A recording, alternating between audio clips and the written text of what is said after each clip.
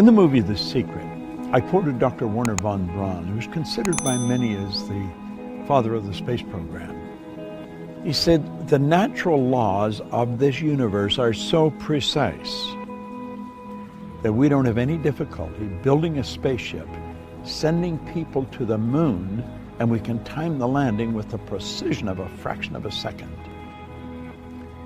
He also said these laws must have been set by someone. And you know, it's strange. It's not that long ago when science and religion were really considered antagonistic. That's not so today. It's looked at it now, one studying the cause and the other studying the effect. And von Braun said, after studying the spectacular mysteries of the cosmos for many years, he had arrived at the firm conviction that there is a God. I see the laws as God's modus operandi. It's how everything happens. The Secret was based on the concept of the law of attraction. And because the movie went viral, it was all over the world, everyone everywhere was talking about the law of attraction.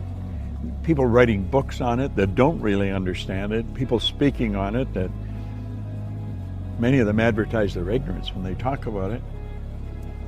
I'm of the conclusion that attraction is not really understood in any depth by most people. Now, I've studied this every day for 50-some years.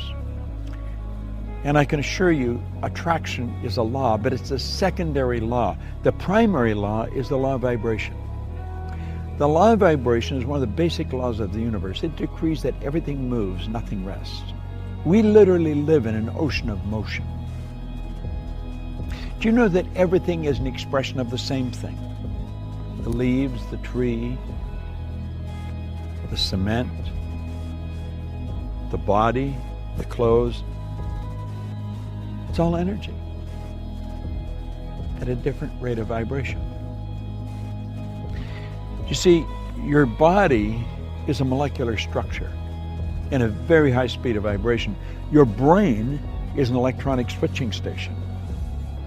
Your brain does not think, but you think with your brain. There's a difference.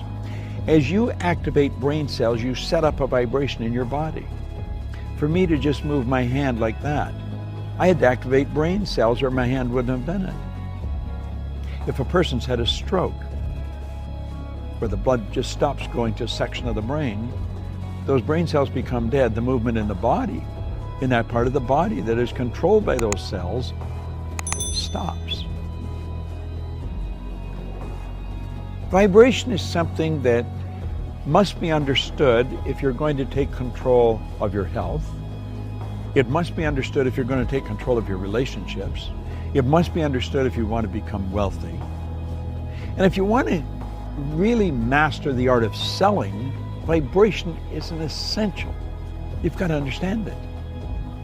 And yet almost all the sales training programs that are done worldwide have nothing about the law of vibration in them. As Robert Louis Stevenson said, everybody's selling. You're selling an idea, a product, or a service. And it's true. The teacher's selling the student.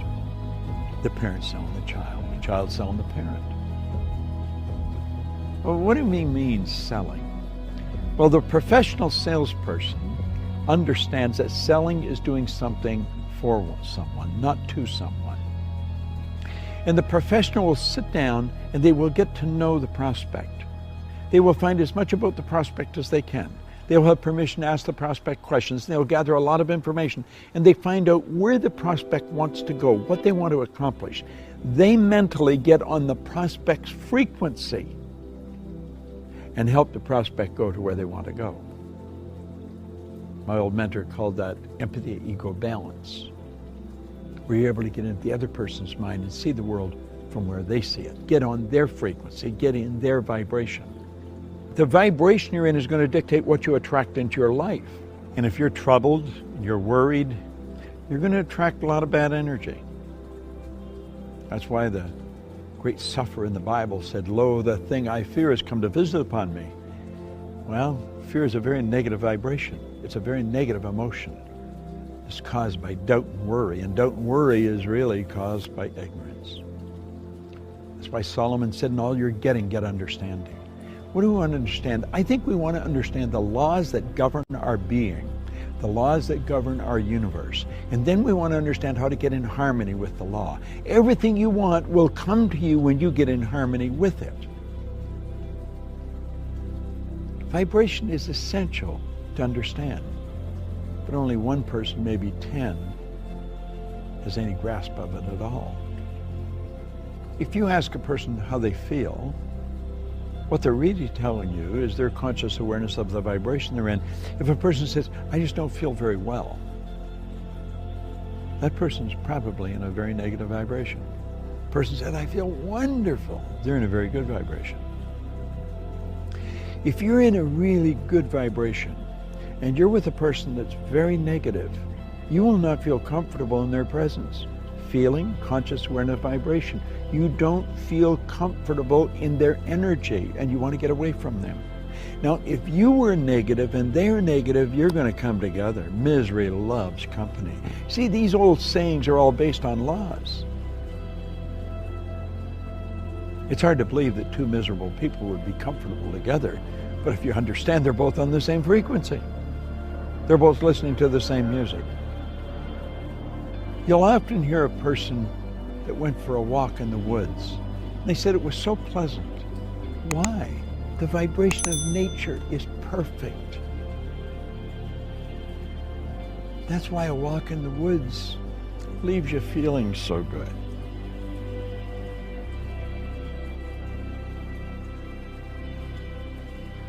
What do you understand about the law of vibration? That's a good question to ask yourself.